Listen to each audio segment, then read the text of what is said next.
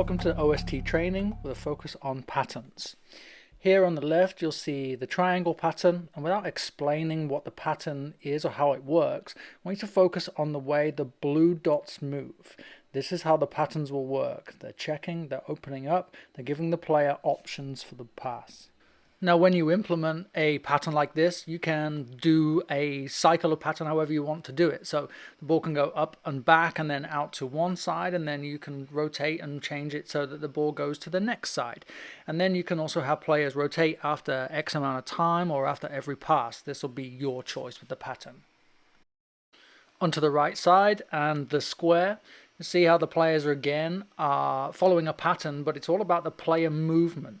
You'll notice the player in the middle becomes the key player. Now I talk a lot about your game model or how you would like your players to play. In this instance, everything must go through the middle player, and then the players will follow a pattern of a give and go with a ball into the space.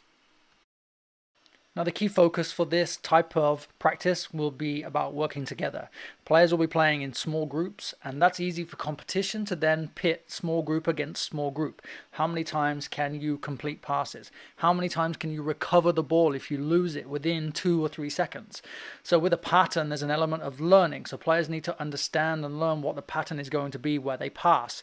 Now there will be mistakes when you add pressure, such as the amount of times you can complete the pattern in 1 minute, or the amount of times you can complete 20 passes. Now the recoveries will become really important because the players lose the ball and we don't want them to give up. The idea is that they recover the ball and keep going. The same can also be said for the number of supporting moves, and as you saw with both videos, you have the option of where the players will check to and they will become an open player. Now the focus is on that. If a player is just standing still, we might lose a point, we might lose a minute on our time, or it might not count as a real pass. So you can really challenge them with these recoveries and supporting moves as opposed to just the amount of times the ball is made around the pattern.